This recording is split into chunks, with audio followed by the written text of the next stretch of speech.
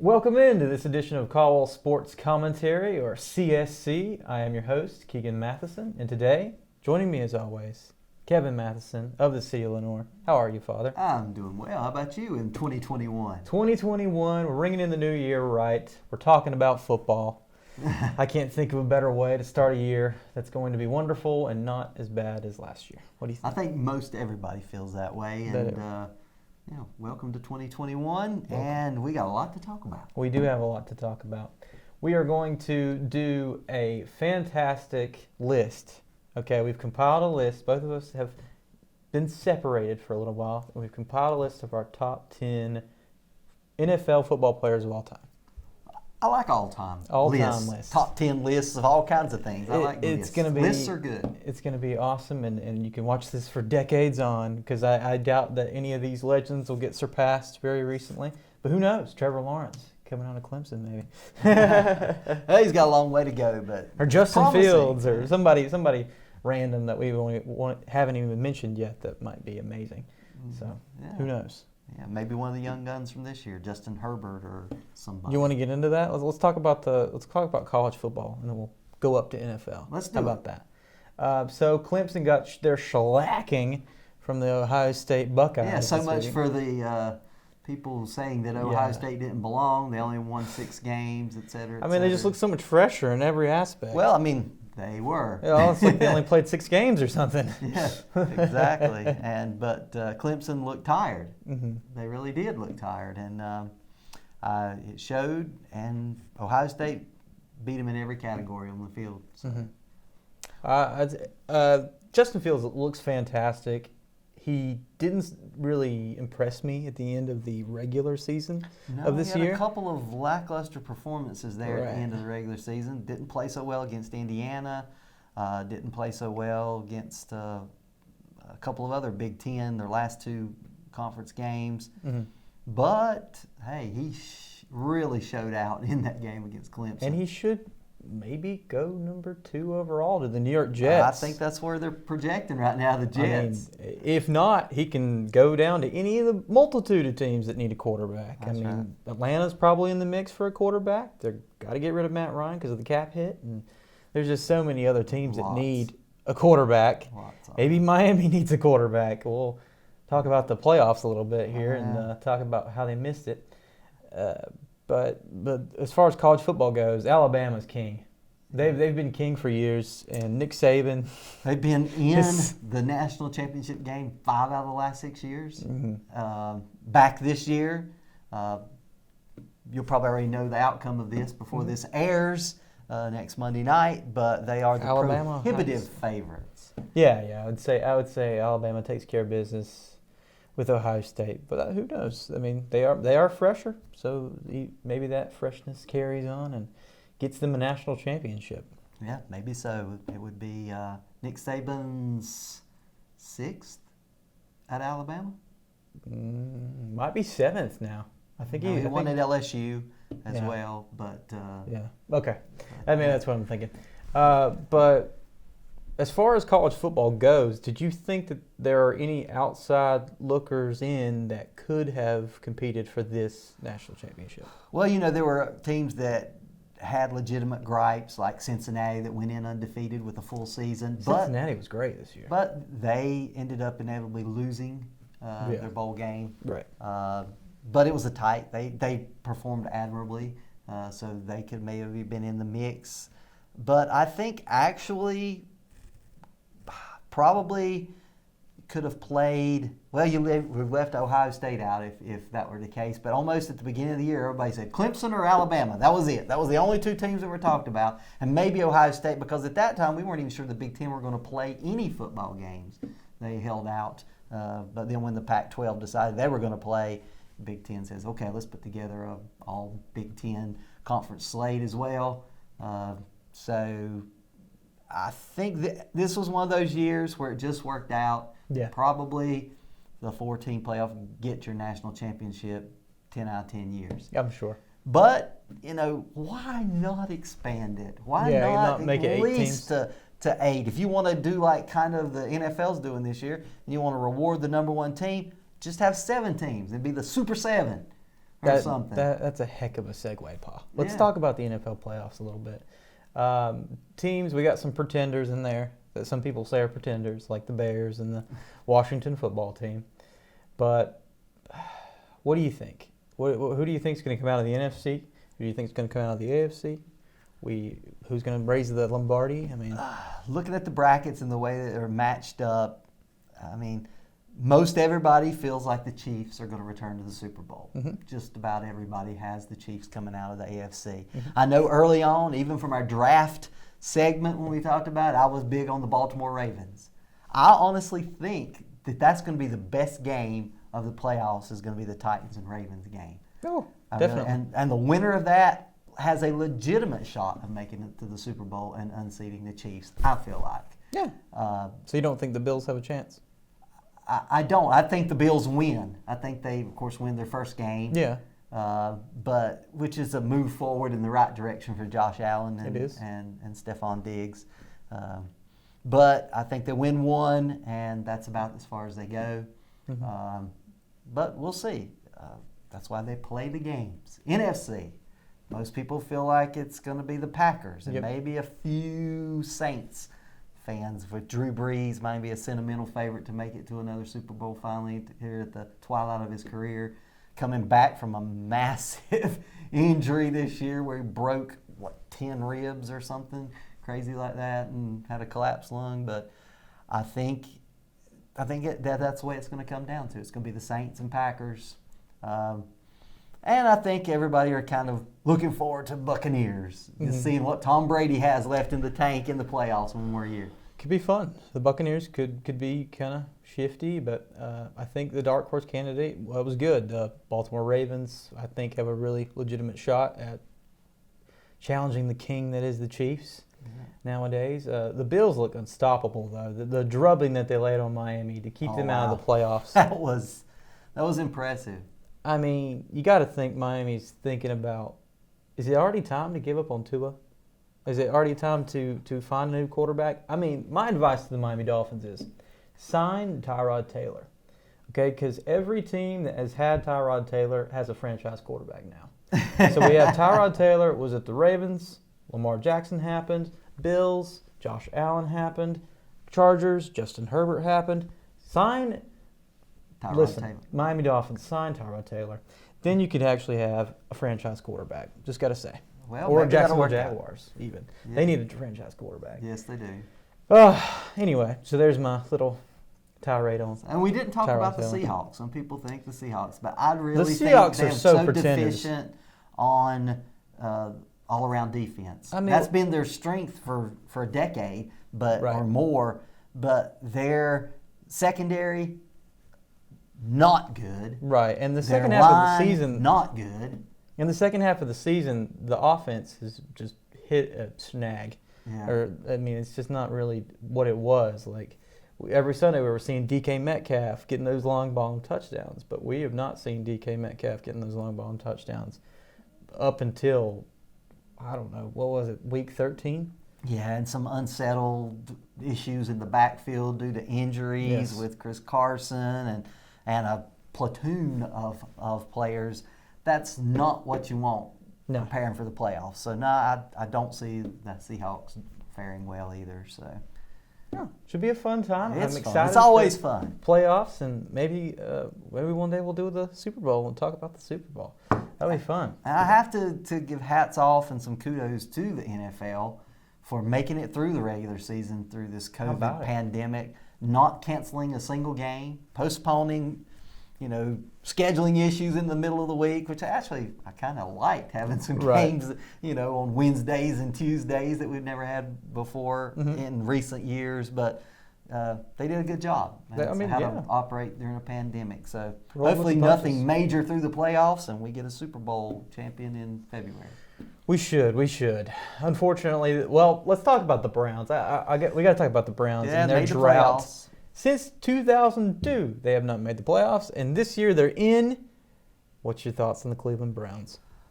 Another pretender team. You think? I really think they've been inconsistent. I mean, you lose to the Jets. You lose Almost this past week to Mason Rudolph and the Steelers. And the Steelers playing all backups. Just about at least 9 out of 11 were backup players on both sides of the ball, and yet they struggled to even win that game. But they're in. The drought is over, and Let's talk about that one game though. They're playing the Steelers again. Do you think they'll win that one? I feel like they will. I feel like they can't be pretenders if they're knocking off the number 2 seed here, Father. Yeah. Well, as I said, and I don't know. Maybe not. But Ben Roethlisberger has had a good year. I wouldn't put outside the possibility he gets hurt early in that game. Oh, and possible. So that's why I picked the Browns. But we'll see. Ben Roethlisberger, all-time great. Drew Brees, all-time great. Tom Brady, all-time great.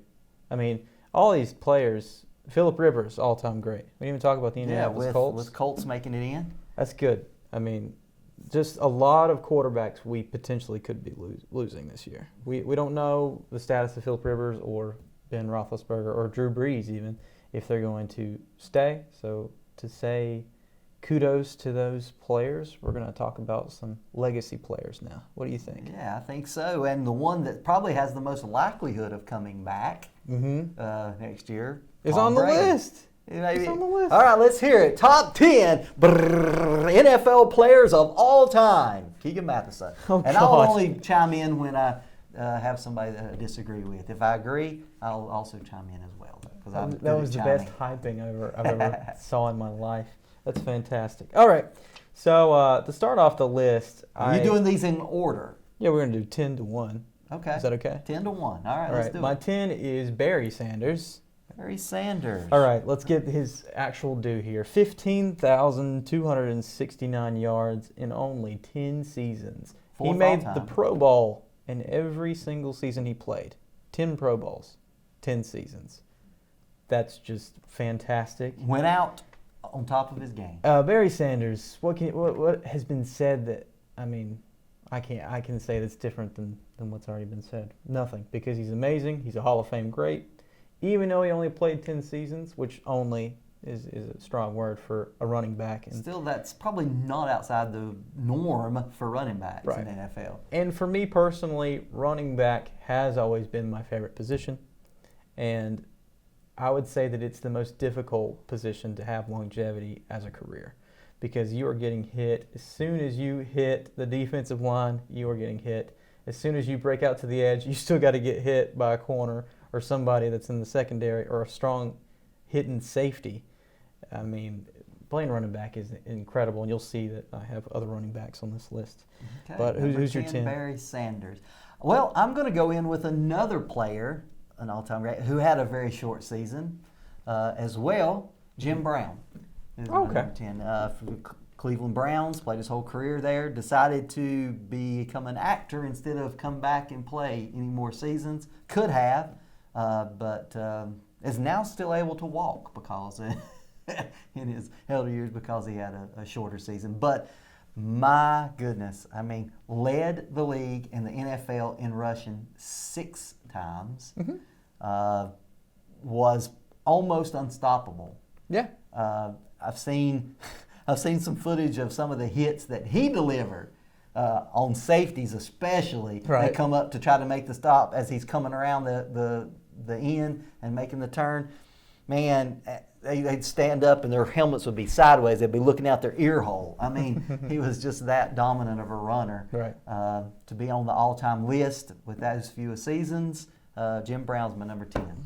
You opened up another can here. We should probably do top 10 NFL players that became actors, because there's so many. There's so many. Something in the future. Good Lord! I mean, there's so many that have become actors. All right. But on number 9, I have Neon Dion. I got prime time. I'm Sanders. Prime, baby. Somebody asked him, it was like, who do you think's the best cornerback of all time? And he just says, I'm Prime, baby. So you think you're the best? And he says, I'm Prime, baby.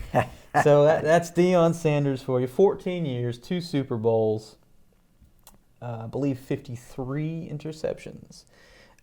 He didn't have as much as my next guy on the list, but as far as defense, it's so hard to really tell how great they are and how much of a playmaker they are. by their stats alone. Right, it's true. I mean, they didn't even start keeping tackle as a stat till '94. So. Right, and Deion Sanders was just he was so fast. Special teams, on kick returns, punt returns, wide receiver. He had 9 touchdowns in his career. And then playing a DB and getting interceptions. I mean, how many pick sixes? I don't know that statistic, but I remember several pick sixes. Doing the high stepping into the end zone. Yeah. Deion Sanders is wonderful. Horrific feet, though. If you've ever seen a picture of his feet, I don't know what it is about athletes and their feet, but they are not nice to their members there. Good Lord. If you say so. Rough. That's rough, man. His feet that much. But anyway, hey, and he would have to make a top 10 list of athletes of all time. Definitely. Played in the major leagues. What do you think? Braves. Oh, yeah, two-sport player. I didn't even mention that. It's wonderful. So my 9th guy, I'm going Walter Payton. He's great. Another running back. Longevity, played 13 seasons, even have an award named after him for a stand-up guy in the NFL that does community service as the Walter Payton Award. Sweetness is my number 9 running back all time. Are you sad that he didn't score a touchdown in his only Super Bowl? That Super Bowl was about big personalities, Refrigerator Perry, Jim McMahon, a lot of guys. It probably is fitting in his, because when he came on the scene in the 70s, it was on the tail end of another guy that could have made the list but didn't, Gale Sayers with the Bears, and he was kind of not the main guy then, but in his first year, rookie year. But no, I guess he would probably like to, but he had plenty of carries in that game, and they wouldn't even been in scoring position were it not for him. And he was also a wonderful receiver. He was one of the things that a lot of times running backs were just that. They were running backs. They didn't pass to them very much at all. Jim Brown had very few receptions. You got the ball if it was handed off, not. But Walter Payton was the guy who kind of ushered in that era of a running back getting lots of screen passes as well and getting those first downs that way. So, I think he earns a spot, number 9 on my list. Absolutely. He's on my list as well. Number 2 all time, by the way, in rushing. Oh, in rushing yards, Rushing yards. Number 2 for all time. 13 years of playing in the NFL at one of the hardest positions to play is hats off to you. Getting hit every play, and I don't know that I could possibly do that. Just over and that's why we're here talking. Cue the Marshawn Lynch where he's like, you don't know what the pain of feeling running into a guy just over and over and over, and he just keeps going on. It's on the loop. Yep. But I put Ronnie Lott at my 8th spot. Okay. I feel like as far as a secondary DB, he's more of a safety player. He's probably the best secondary player of all time, in my opinion. Just by looking, you look at the tape and you see what offenses did to scheme around him and not target him. And that's probably why he doesn't have as many interceptions as you would think a Ronnie Lott would have, just because they didn't target him. They didn't throw it in his area. Right. He had 63 interceptions, which that's pretty dang good in a 14-year career, which is also pretty impressive. Once you get to the 14, 15s of a career, that's in a Hall of Fame career in the almost. NFL. That's a tough. Right. Very tough. Shout out Frank Gore. Yeah, wow, who now is taking over number 3 all-time rushing.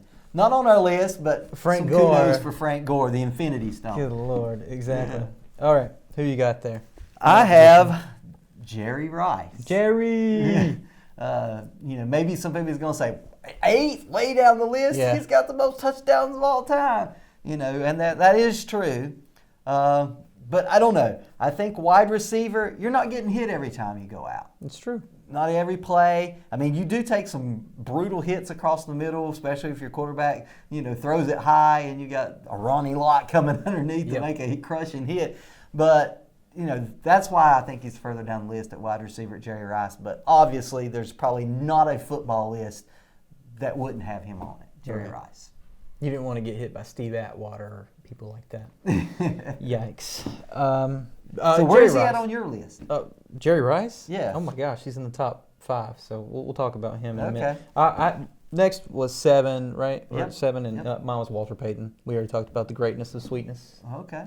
My 7 is Tom Brady. Thomas Brady. That's a low too. still chucking it Yeah. to the likes of Mike Evans and Chris Godwin and Rob Gronkowski. 21 years in the league. Yeah, that's ridiculous. Yeah. That really is ridiculous. And, I don't know if he will make it, but he will tie for all-time Pro Bowls if he makes the Pro Bowl this year. I was in diapers when he was a rookie. Yeah, and the Super Bowls that he has. Yeah, I mean, that's hard to even fathom. Yeah, 6 Super Bowls. Being in that many Super Bowls, but winning that many Super Bowls. 6-3. Yeah. Darn you, NFC East. Which is ironic because they're the NFC least this year. Yeah. The Giants twice got him, so. Yeah. Twice got him with the Giants and the Eagles. And the Eagles once. Yep. Well, I also have a quarterback at 6. Mine's Joe Montana. Joe Montana at 6. Okay. Yes. 15 years, 4 Super Bowls, 273 touchdowns, and 40,500 yards. It's a fantastic career. Played for the San Francisco 49ers, a little bit with the Chiefs 2 years. He was kind of a good Chief. Great player. Didn't make my list. Maybe Joe Montana didn't make your list? No, didn't make my list. Boo this man. Boo! Joe Montana probably is, he didn't have quite the longevity, but if he had the longevity of Tom Brady's career, he would be as high as Tom Brady. You made the point for me that why he's not on my list. He didn't have the longevity of some of my other quarterbacks. 15 years is still pretty good, and he was very dominant in those. He really was. He was good, and in a time when they didn't pass as much as they do now, generally. Jerry Rice was dominant in that time too. So. Who was your 6th? My 6th is another quarterback that you're going to say, why is he on your list? And Joe Montana isn't. But it's Dan Marino, isn't it? Dan Marino. I mean, goodness gracious. Isotoner glove man. I mean, Dan Marino was that. Maybe I'm a little biased, but I grew up a Miami Dolphins fan. Mm-hmm.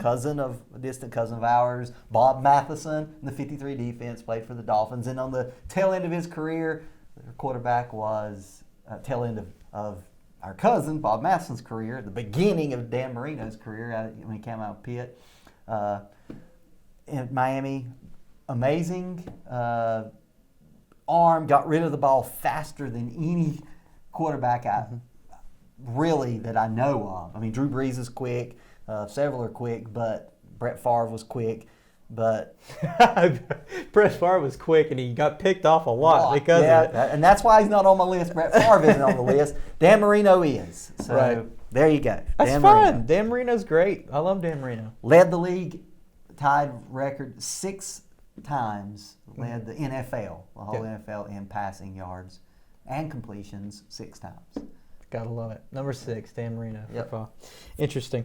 Number 5, I had Reggie White. I have no argument there, except he is way up on my list. 1 Super Bowl to his name, unfortunately, but, with the Packers. 13-time Pro Bowler. Again, it's hard to really statistically back up what he did because tackles didn't become an official stat until 1994. We've established this. And just to say, I was talking about Ronnie Lott and how the offenses schemed around him and didn't want to play. They would try to get the ball away from his side of the field because he was a left end, I think. For most of his career, he played left end. He played left defensive end most of the time, but he also played some defensive tackle. Right. He's just big enough. Because he's a big guy. Yeah, exactly. Best gums in the game, too. Good Lord. I've heard that. Terrell Suggs and him. It's the best gums in the game. Anyway, but Reggie White, dominant defensive player. Who'd you have at number 6? Somebody that's probably not on your list, but probably not on a lot of lists, but George Blanda. Played 26 seasons in the NFL. He's bringing out the deep cuts here. Okay, George Blanda, make the case. If you play 26 seasons in the NFL, kicked field goals as well as quarterbacked. No arguments here. That's pretty bad tale, I got to say. 26 seasons, led the league 3 consecutive years in passing in the NFC, which ties the record. 3 consecutive years passing leader in the NFC. Mm-hmm. I can't say enough just from longevity's sake. 26 years. That's insane. In the NFL. I agree. As a starter for 26 years. Well, who did he play with most of those years? Giants. Most people remember him in the Giants. His best years were in the 60s after he had already retired one time and came back. Right. And played with the Giants. So in the 63, 64, 65 were his three best years. That seems to be a theme. A lot of these great players that had retired and came back. Dion came back, and Reggie White came back. He retired for a year and came back. Exactly. Isn't that interesting? I guess once they have a little 1 year off, or so like, from getting hit every single week, and they heal up those injuries, their body feels good, they still feel young again. Right. So they still got something left in the tank. How many times did Brett Favre retire? 6? I don't know. Or said he was, but he came back a couple times. So anyway. He needs to be an honorable mention. Brett Favre was great. We've already mentioned him, and he's not even on our list, and we already talked about him more than some of the ones on the list. Exactly. Thank you to him. Thanks to him, Reggie White got a Super Bowl, right? Exactly. Jerry Rice is now number 5. 16 years in the league, 22,895 yards, 197 receiving touchdowns, extra 3 on the ground. 3 rushing, that's 200 touchdowns. And 4 Super Bowls. Jerry Rice is a man among boys. He's a fantastic wide receiver and will probably go down as the greatest of all time at the wide receiver position. I guarantee he will. So if Calvin Johnson would have kept playing, maybe. He just because he was a freak of nature. He really was. His hands were amazing. His body control was amazing. His height, his length was amazing. Right. Yeah, he was. But for stats, Jerry Rice. Jerry. Out of Mississippi Valley State. So. You got it 5. Number 5, I have Emmitt Smith. Emmitt Smith. Number 1 rusher of all times. I think is this 5 or 4? This is 5. We're on to 5, brother. Yeah, that's right. Emmitt Smith is my Or no, we're on 4. You're right. Number 4. I'm sorry. I ruined everything. Yeah, it's number 4. Number 4. Numero 4. I only have 9 on my list. I know I got 10. I ruined it. Emmitt Smith. I know you love him. Oh, baby. But you cannot. He has to be Final 4 greatest NFL players of all time. Just all-time rushing yardage leader. What is it? 164 touchdowns from the running back position. So best of all time from that position. Absolutely. Good Lord. 15 seasons, 18,355 yards. That will never be broken. I don't think it can be. It was just fantastic in those Cowboys 90s teams. Oh, I got to talk about Emmitt Smith. And coming out of Florida. He was great at Florida. Most people considered him undersized as an every down running back. Not your workhorse. He's going to be a change of pace, going to play a role, blah, blah, blah. So much for that to all of the naysayers. Best running back in NFL history. Absolutely. Emmitt Smith. And also, I got the 5'8.5". We'll go 5'9". That's the same guy. Anyway, Tom Brady is my 3.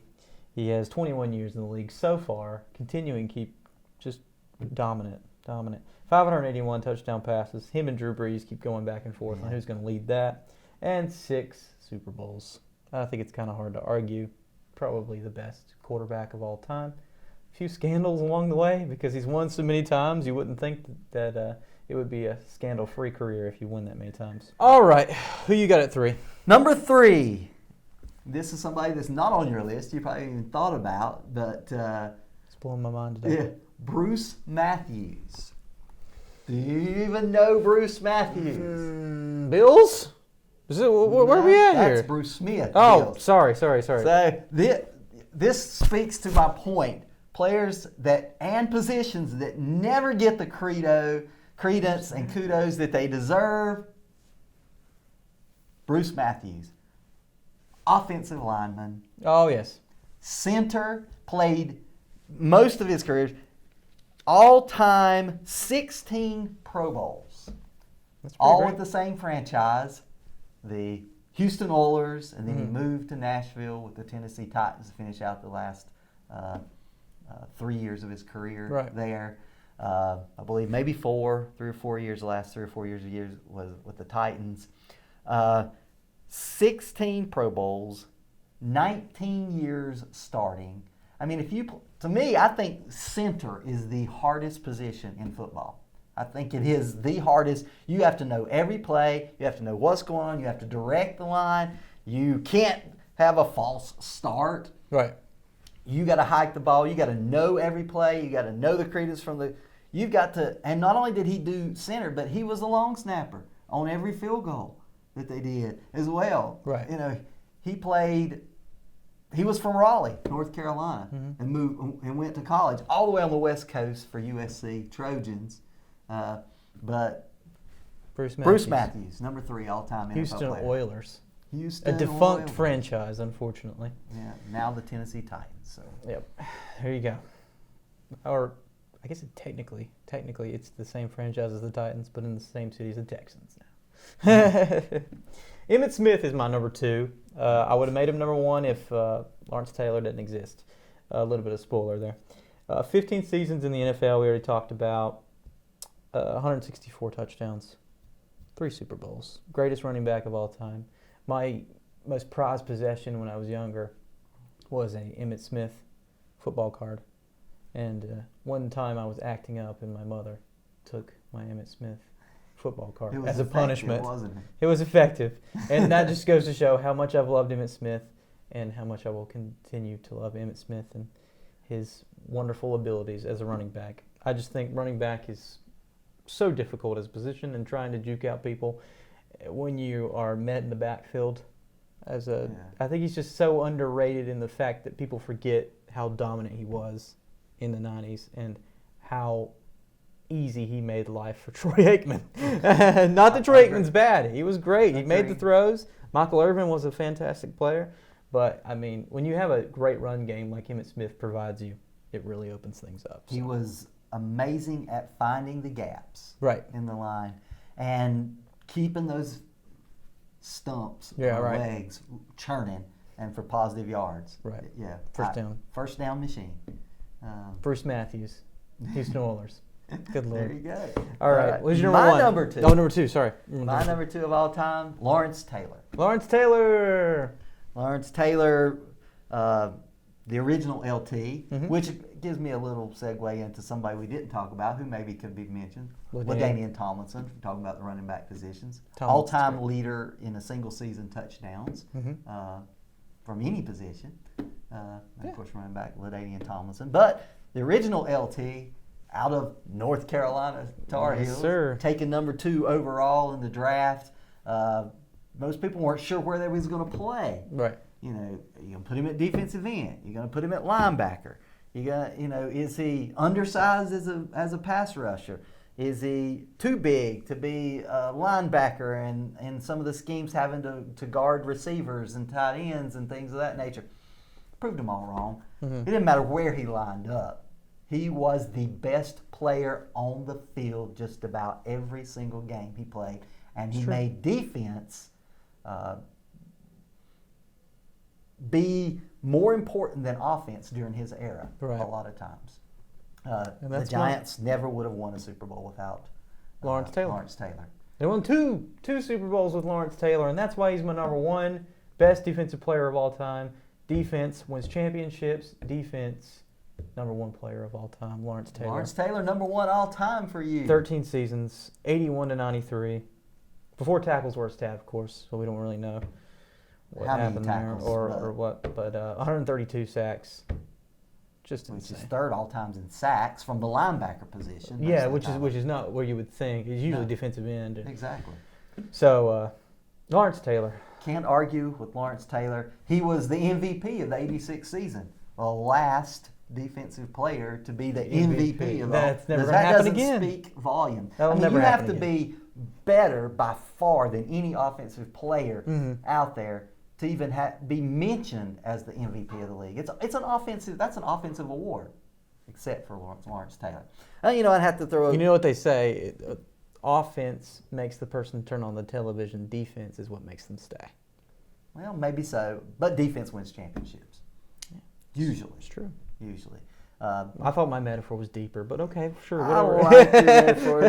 Who's your number 1? My number 1, the minister of defense, Reggie White. Reggie White. Maybe that has something to do with a little bias for when I was viewing the NFL as a young man. and he Play wrecker. was a play wrecker. Mm-hmm. Exactly. Either from the tackle position or from the end. No matter where he lined up, he'd stuff the run. He would, number 2 all-time in sacks. Mm-hmm. And he did all that, how many years did he play? 15 or 16? 15 or 16 years. He took a year off and came back with the Carolina Panthers. Rest in peace. Reggie White passed away a little early, but I think of him as the number 1 football player of all times in the NFL. Okay. Oh, that was a fantastic and fun time. Thank you for joining us with our top 10 NFL players of all time. Absolutely. I hope we can crown another all-time great soon in Patrick Mahomes or Aaron Rodgers or somebody, that's dominant in the league today. But you never know. I'm excited to see the next generation of talent. Just make sure you sign Tyrod Taylor first.